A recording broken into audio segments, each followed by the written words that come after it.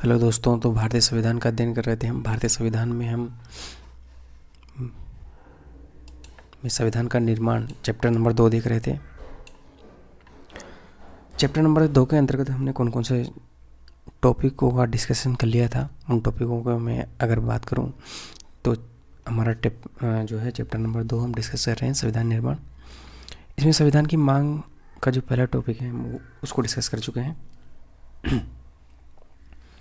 उसी बार संविधान सभा का गठन दूसरे जो टॉपिक को हमने डिस्कस किया। संविधान सभा की कार्यप्रणाली को हमने डिस्कस किया। संविधान सभा की समितियों को हमने डिस्कस किया। और आज हम डिस्कस करेंगे संविधान सभा का प्रभाव में आना। ठीक है, यानी कि संविधान का प्रभाव में आना। टॉपिक नंबर 5 है हमारा संविधान का जो है प्रभाव में आना, कि किस तरीके से संविधान जो है प्रभाव में आया।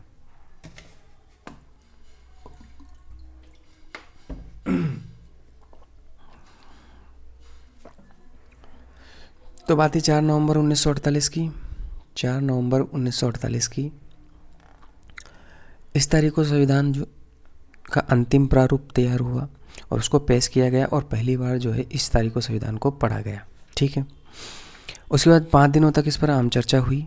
वो दिन थे 5 नवंबर, 6 नवंबर, 7 नवंबर, 8 नवंबर और 9 नवंबर को इन पर जो है इसके अंतिम प्रस्ताव पर जो है वह अंतिम प्रारूप पर जो है वह चर्चा हुई।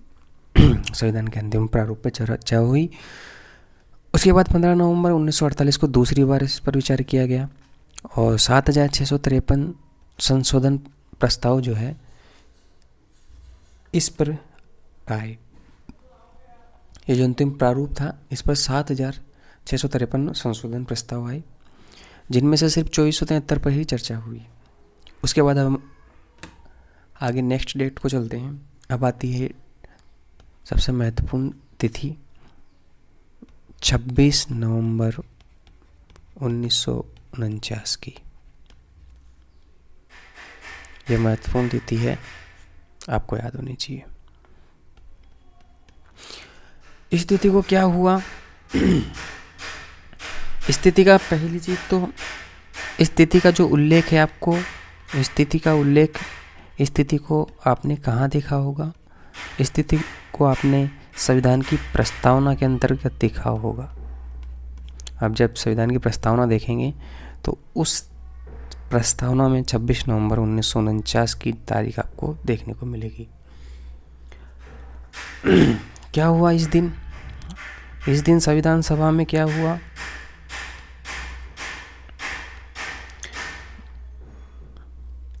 इस दिन संविधान सभा में क्या हुआ? इस दिन संविधान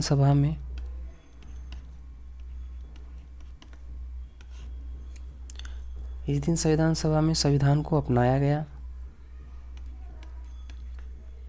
संविधान को अपनाया गया।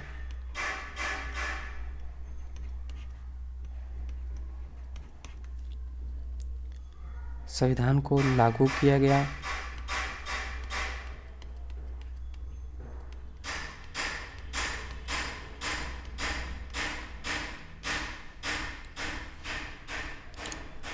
और स्वयं को हम सभी ने संविधान को सौंपा।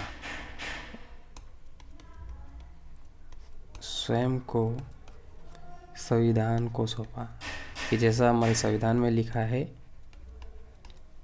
वैसा आचरण हम करेंगे। स्वयं को संविधान को सौंपा, हमने अपने आप को संविधान के ऊपर सौंप दिया। तो ये 3 बातें जो है 26 नवंबर 1949 को हुई। पहले पूरा संविधान लागू हुआ। एक बात आपको ये भी याद रखनी है कि पहले जो है पूरा का पूरा संविधान लागू हुआ। पहले पूरा संविधान लागू हुआ, हालांकि 26 नवंबर को लागू नहीं हुआ था पूरा। इसकी बात मैं इस चीज़ की चर्चा मैं आगे करूँगा। पहले पूरा संविधान लागू हुआ, उसके पश्चात प्रस्तावना लागू हुई है। उसके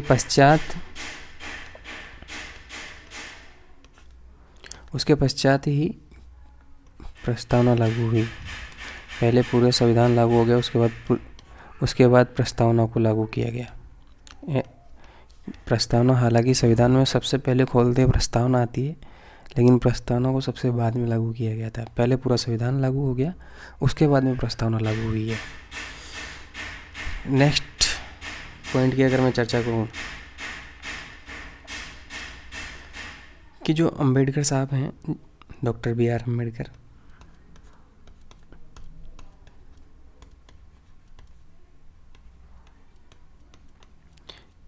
इनको कुछ शब्दों से संबोधित किया गया, जैसा कि आप इन्हें संविधान के पिता कह सकते हैं। भारतीय संविधान के पिता हैं ये। भारतीय संविधान का पिता जो है डॉक्टर बी आर अम्बेडकर को कहा गया, और साथ ही साथ आधुनिक मनु की संज्ञा भी डॉक्टर बी आर अम्बेडकर को दी गई। आधुनिक मनु वही है जो कानून का निर्माण करते हैं।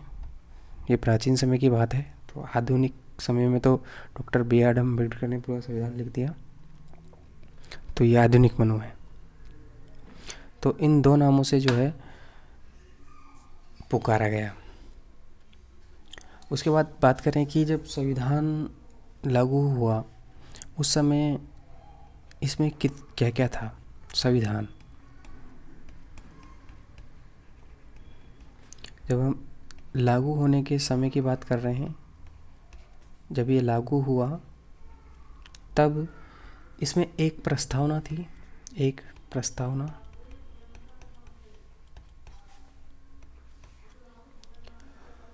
और 395 अनुच्छेद प्रस्तावना एक थी, ठीक है। और अनुच्छेदों की बात करें तो अनुच्छेद 395 थे और 8 अनुसूचियाँ थी। अनुसूचियों की बात करूं तो 8 अनुसूचियाँ थी।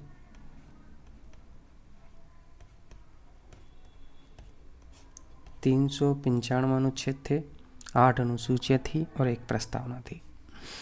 ये लागू होने के समय की बात जो है मैं वो कर रहा हूँ। किस तरीके से 26 नवंबर को जो है 26 नवंबर 1949 को हमारा जो संविधान है उसको अपनाया गया। तो इसके लिए संविधान सभा के अंतर्गत 26 नवंबर 1949 को संविधान सभा के अंतर्गत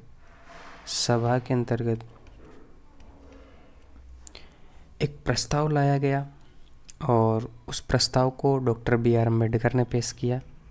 बी आर अम्बेडकर ने उस प्रस्ताव को लेकर के आए और उस प्रस्ताव का नाम था द कॉन्स्टिट्यूशन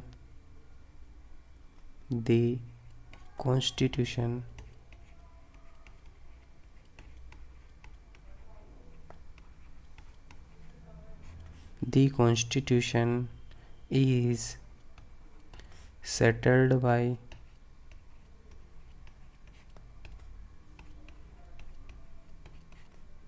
the assembly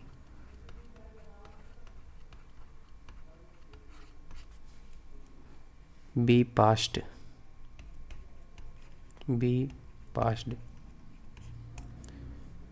ये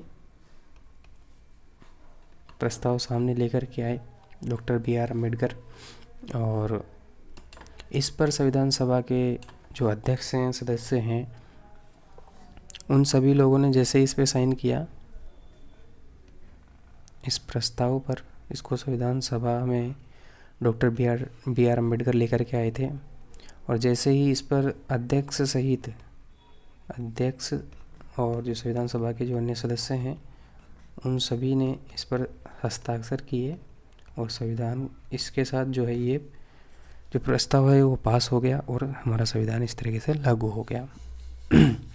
ठीक है, तो 26 नवंबर को जो है जैसे ये प्रस्ताव पारित होता है वैसे ही हमारा संविधान जो है वह अपना लिया जाता है।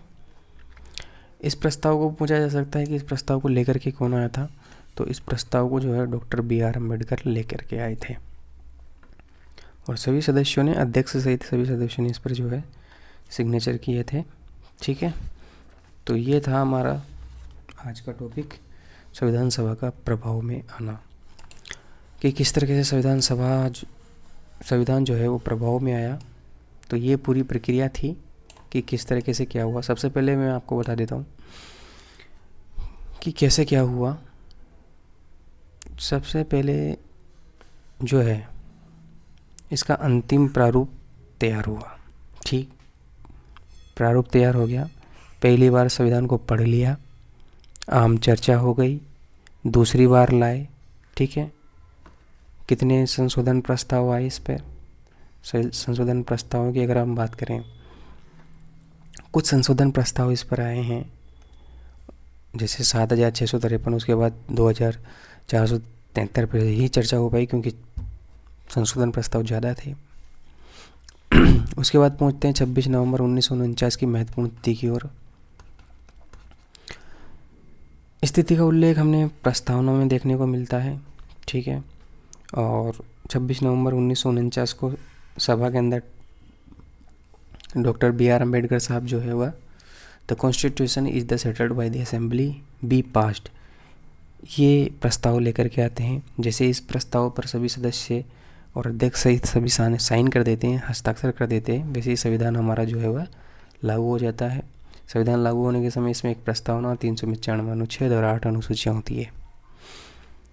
संविधान सभा में संविधान को अपनाया जाता है, लागू किया जाता है, हम सब संविधान को जो है सौंप देते हैं। है की बात है, कुछ भी कहिए। तो ठीक है, तो पहले पूरा संविधान लागू हुआ, जैसा कि सभी को पता है, पहले पूरा संविधान लागू होता है, उसके पश्चात प्रस्तावना को लागू किया जाता है। ठीक है, हालांकि लागू होने से संबंधित ट्विस्ट थोड़ा नेक्स्ट अध्याय में देखेंगे जब संविधान सभा का प्रवर्तन हम पढ़ेंगे। ठीक है, तो डॉक्टर B.R. अम्बेडकर को संविधान के पिता कहा जाता है और आधुनिक मनु की भी उनको संज्ञा दी जाती है। तो ये था आज का हमारा टॉपिक। उसके बाद हम देखेंगे संविधान का जो है प्रवर्तन में कैसे आता है संविधान, कौन कौन से इसके अनुच्छेद लागू होते हैं, कौन कौन से नहीं होते, कौन सी तारीख को होता है, कौन सी तारीख को नहीं होता है, क्या पूरा होता है या आधा होता है। इन सभी चर्चाओं की, इन सभी विषयों की चर्चा जो है हम नेक्स्ट वीडियो में करेंगे। तब तक के लिए धन्यवाद।